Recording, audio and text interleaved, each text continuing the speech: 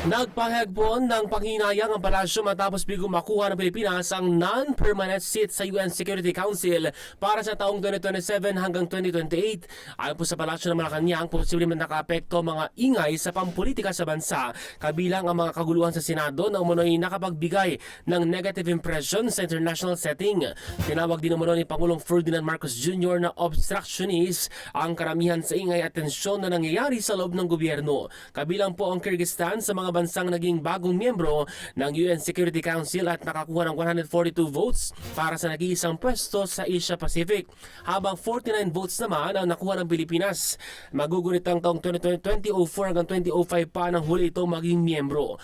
Ang UN Security Council ang may kapangyarihang magpataw ng legally binding resolutions na may kaugnay sa military actions, economic sanctions at peacekeeping operations. Lahat ng political noise, lahat ng political tensions, nakaka-apekto ito.